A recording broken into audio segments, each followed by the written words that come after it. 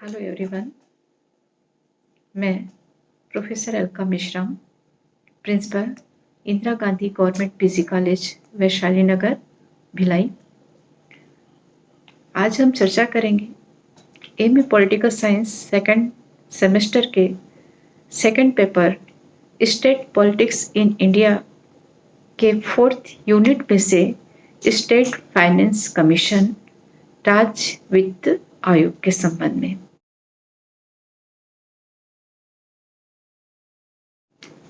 State finance commission यानी राज्य वित्त आयोग, यह एक संवैधानिक निकाय है। संवैधानिक निकाय इसीलिए क्योंकि इसका संविधान में उल्लेख किया गया है।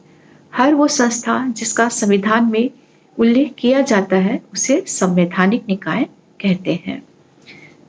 भारतीय संविधान के अनुच्छेद 280 में वित्त आयोग की व्यवस्था की गई है। इसी के तर्ज पर राज्यों में भी राज्य वित्त आयोग की स्थापना की गई। राज्य वित्त आयोग की स्थापना क्यों की गई? राज्य वित्त आयोग की स्थापना के पूर्व राज्य में पंचायत और नगर निकाय में वित्त संबंधी आवश्यकताओं की पूर्ति ठीक से नहीं हो पाती थी। इसमें सरकार अपनी मर्जी से कार्य करती थी, जिसके कारण वित्त संबंधी बहुत सी अनियमितताएं थी, जिसके कारण भ्रष्टाचार को बढ़ावा मिलने लगा था। अतः आर्थिक संबंधों में पारदर्शिता लाने और निकायों में मजबूती और स्थायित्व लाने के लिए राज्य में वित्त आयोग की आवश्यकता को महसूस किया गया। राज्यों में राज्य वित्त आयोग की स्थापना कब हुई? राज्यों में राज्य वित्त आयोग की स्थापना 1993 के द्वारा की गई। 1992 में भारतीय संविधान में संसद द्वारा व्यापक संशोधन किए गए, जिसके कारण संविधान के बहुत से हिस्सों में काफी परिवर्तन हुआ। 1992 में संविधान के भाग 9 के अनुच्छेद 243 में परिवर्तन हुआ। 73वें और 74वें संशोधन द्वारा 73वें संशोधन द्वारा पंचायत को संवैधानिक दर्जा दिया गया और 74वें संवैधानिक संशोधन द्वारा नगर निकाय को संवैधानिक दर्जा दिया गया। संविधान के भाग 9 के अनुच्छेद 243 के द्वारा 243 में ए से लेकर 22 तक पंचायती राज्य का उल्लेख किया गया है। 243 आई में वित्त संबंधी आवश्यकता का वर्णन किया गया है पंचायतों की, और 243 वाई द्वारा नगरीय निकाय की वित्त संबंधी आवश्यकताओं की पूर्ति की प्रावधान किया गया है। अब देखते हैं राज्य वित्त आयोग का उद्देश्य क्या है। पंचायती राज्य के अंतर्गत ग्राम पंचायत, जनपद पंचायत और जिला पंचायत की वित्तीय स्थिति की समीक्षा करना और राज्य सरकार को सिफारिशें देना, ताकि प्रत्येक क्षेत्र में आर्थिक विकास के कार्य को सुनिश्चित किया जा सके, और प्रत्येक वित्तीय वर्ष के अंत में वह अनेक प्रकार की सिफारिशें राज्य सरकार को देता है। ये सिफारिशें कौन कौन सी है, इसे देखते हैं। सबसे पहले आवंटन संबंधी सिफारिशें। राज्य द्वारा लगाए गए कर, शुल्क, टोल और फीस की विशुद्ध आय का पंचायत तथा राज्य के बीच आवंटन किस प्रकार से किया जाए और उन्हें कैसे खर्च किया जाए, कैसे विभिन्न स्तरों पर उसका विभाजन किया जाए, इसके संबंध में राज्य वित्त आयोग राज्य सरकार को सिफारिशें देता है। दूसरा है राजस्व संबंधी सिफारिशें। पंचायतों को कर, शुल्क और फीस कितनी सौंपी जाए या दी जाए, यानी कि राजस्व का निर्धारण कैसे किया जाए दोनों के बीच में, इसके संबंध में सिफारिशें राज्य वित्त आयोग राज्य सरकार को देता है। तीसरा है अनुदान संबंधी सिफारिशें। अनुदान सहायता देने संबंधी पंचायतों और नगर निकाय को कितनी अनुदान की राशि राज्य सरकार द्वारा दी जाए, इसके संबंध में भी राज्य वित्त आयोग राज्य सरकार को सिफारिशें देता है। और चौथा है आर्थिक सुधार से संबंधित सिफारिशें। राज्य वित्त आयोग आर्थिक सुधार से संबंधित अनेक सिफारिशें राज्य सरकार को देता है, जिससे कि वित्तीय आवश्यकता की पूर्ति की जा सके। ये सिफारिशें संसद के दोनों सदनों के समक्ष रखी जाती है। केंद्र और राज्य सरकारें दोनों के सदनों के समक्ष रखी जाती है और केंद्र और राज्य सरकारें इन सिफारिशों को पूर्णतः मानने के लिए बाध्य नहीं है, लेकिन भारतीय प्रशासनिक व्यवस्था में यह परंपरा विकसित हुई है कि राज्य वित्त आयोग द्वारा राज्य सरकार को जो वित्त संबंधी सिफारिशें दी गई है वह उन्हें माने, उनका पालन करे। इसी प्रकार से केंद्र का वित्त आयोग भी वित्त आयोग द्वारा दिए गए सिफारिशों को माने और उनका पालन करे। ये परंपरा विकसित हुई है। अब हम देखते हैं राज्य वित्त आयोग का गठन या उसकी संरचना कैसे की जाती है। पहली बात, राज्य वित्त आयोग एक बहुसदस्यीय निकाय है। इसमें 5 सदस्य होते हैं, एक अध्यक्ष और 4 सदस्य। इनकी नियुक्ति देखें। अध्यक्ष सहित सदस्यों की नियुक्ति राज्यपाल द्वारा की जाती है, लेकिन राज्यपाल मंत्रिपरिषद की सलाह से ही इनकी नियुक्ति करता है। इनका कार्यकाल देखें।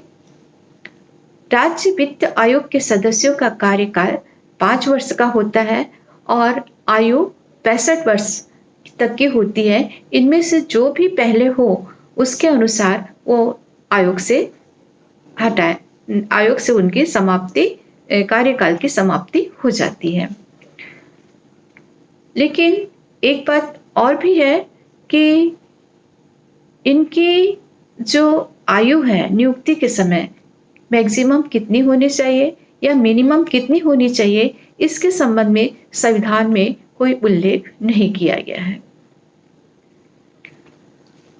और एक बात और है कि बहुत ही गंभीर अगर किसी प्रकार का उनके ऊपर आरोप लगा है या किसी प्रकार का उन्होंने दुराचार किया है, गलत कार्य किया है, तो उन्हें पद से हटाने का भी प्रावधान है।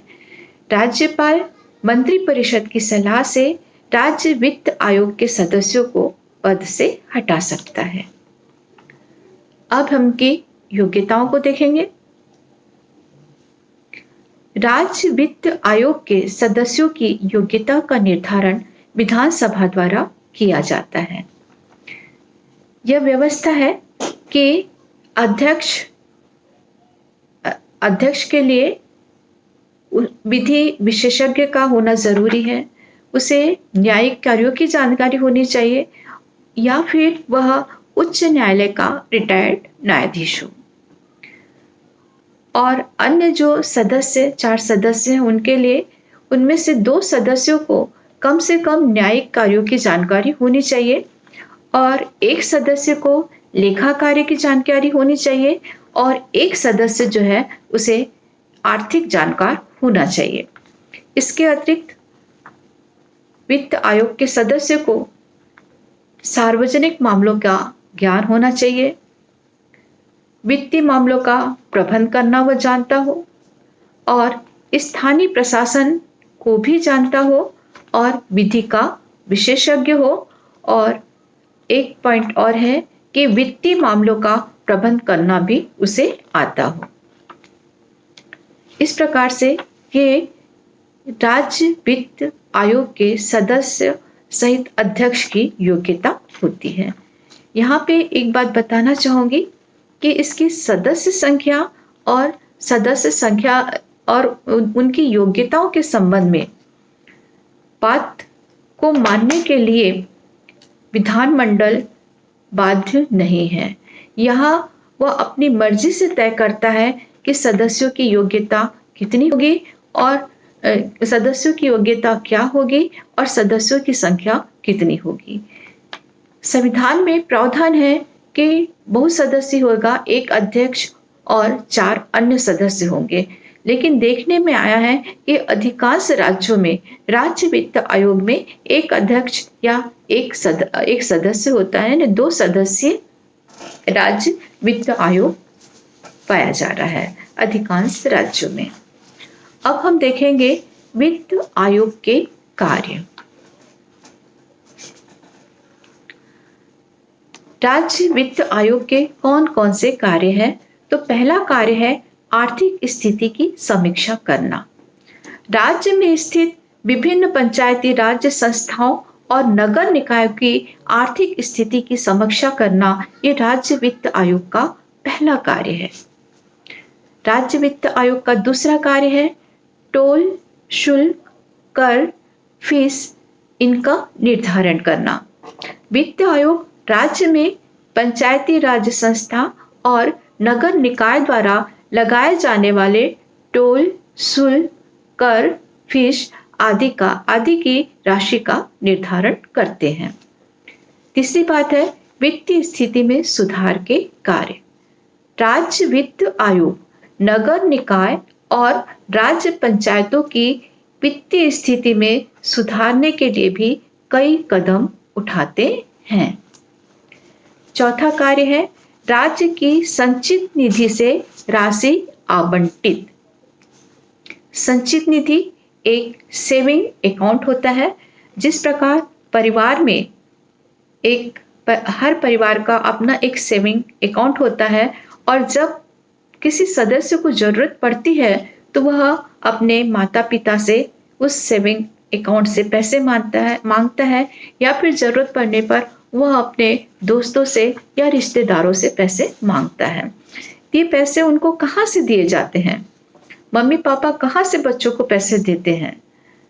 सेविंग अकाउंट से। तो ये सेविंग अकाउंट कैसे बनता है? धीरे धीरे संचित राशि से सेविंग अकाउंट बनता है। इसी प्रकार से राज्य की भी अपनी एक संचित निधि होती है और ये संचित निधि राजस्व या टैक्स कर के द्वारा इसमें धीरे धीरे राशि जमा होती है और इस संचित निधि में ग्राम पंचायत, जनपद पंचायत, जिला पंचायत और नगरीय निकाय का पूरा और राज्य की सरकार का समान अधिकार होता है। इस स्थिति में संचित निधि से कितनी राशि किसे दी जाए, किसे आवंटित की जाए, ग्राम पंचायत को कितनी दी जाए, जनपद पंचायतों को कितनी दी जाए और नगरीय निकाय को, म्युनिसिपल को कितनी राशि दी जाए, इसका निर्धारण राज्य वित्त आयोग द्वारा किया जाता है। अगला कार्य है केंद्र व राज्य के बीच मध्यस्थ का कार्य करना। चूंकि टैक्स कलेक्शन एक बहुत ही एक्सपेंसिव कार्य है, अतः राज्य सरकार के बीच वित्तीय स्थिति को लेकर विवाद की स्थिति हमेशा बनी रहती है। अगर किन्हीं भी परिस्थिति में विवाद की स्थिति आए तो मध्यस्थ का काम करने का कार्य राज्य वित्त आयोग द्वारा किया जाता है। अब हम देखते हैं राज्य वित्त आयोग के सकारात्मक पक्ष कौन कौन से हैं। राज्य वित्त आयोग का पहला सकारात्मक पक्ष है कि यह प्रजातांत्रिक विचारधारा को बढ़ावा देता है।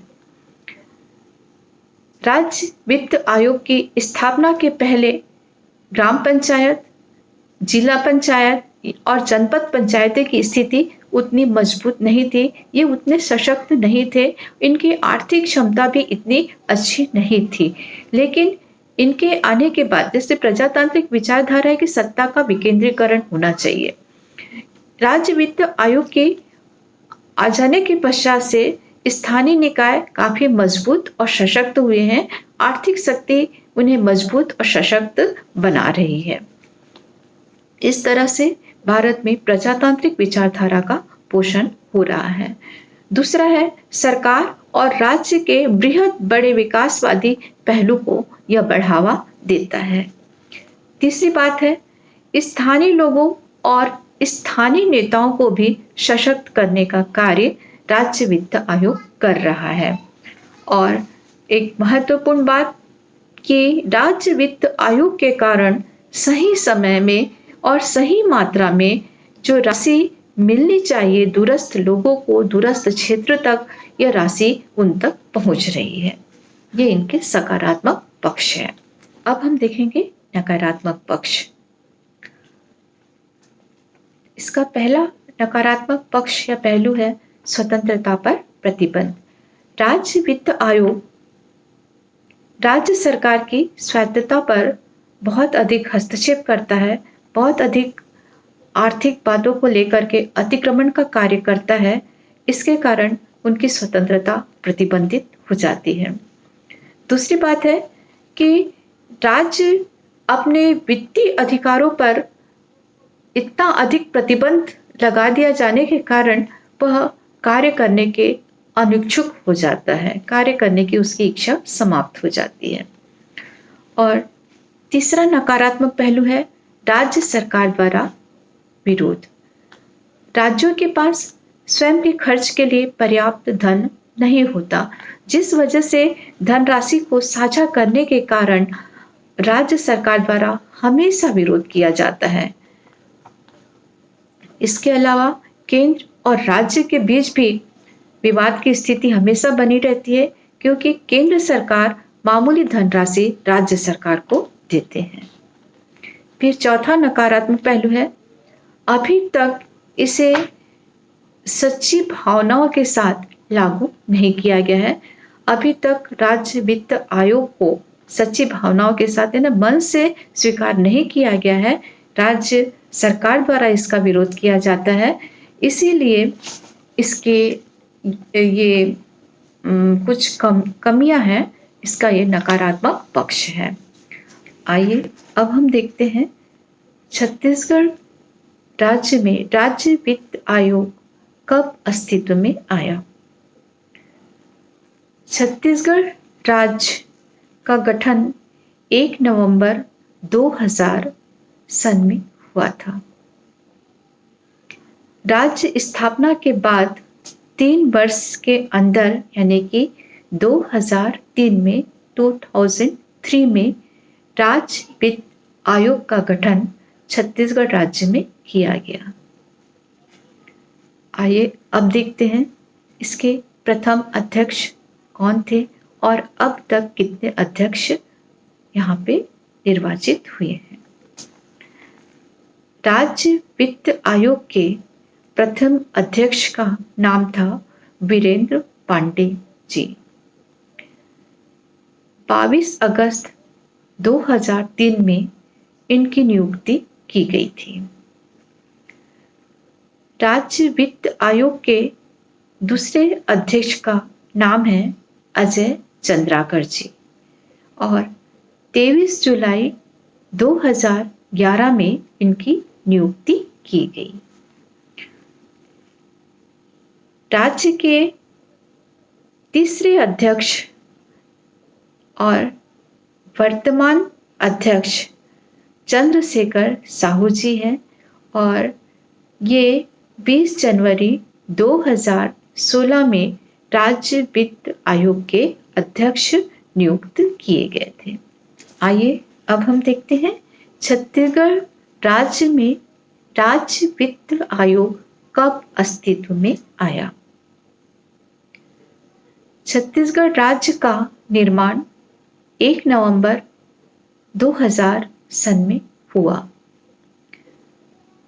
निर्माण के 3 वर्ष बाद यानी कि 2003 में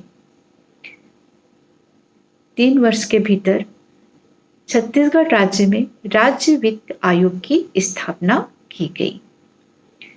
आइए अब देखते हैं राज्य वित्त आयोग के प्रथम अध्यक्ष कौन थे।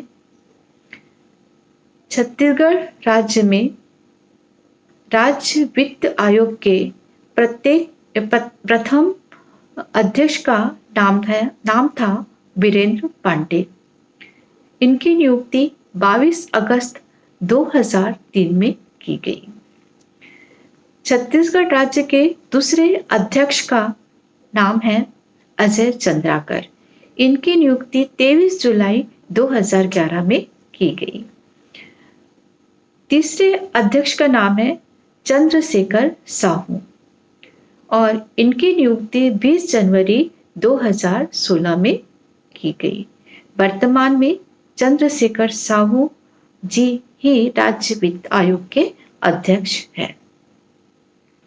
इस प्रकार हम देखते हैं कि भारत में प्रजातंत्र को मजबूत करने के लिए और पंचायती राज्य की अवधारणा और आकांक्षा को प्रयोग में लाने के लिए राज्य वित्त आयोग की भूमिका बहुत ही सराहनीय, बहुत ही महत्वपूर्ण साबित होती जा रही है। मुझे विश्वास है कि आज का ये वीडियो लेक्चर सभी विद्यार्थियों के लिए काफ़ी उपयोगी साबित होगा। धन्यवाद।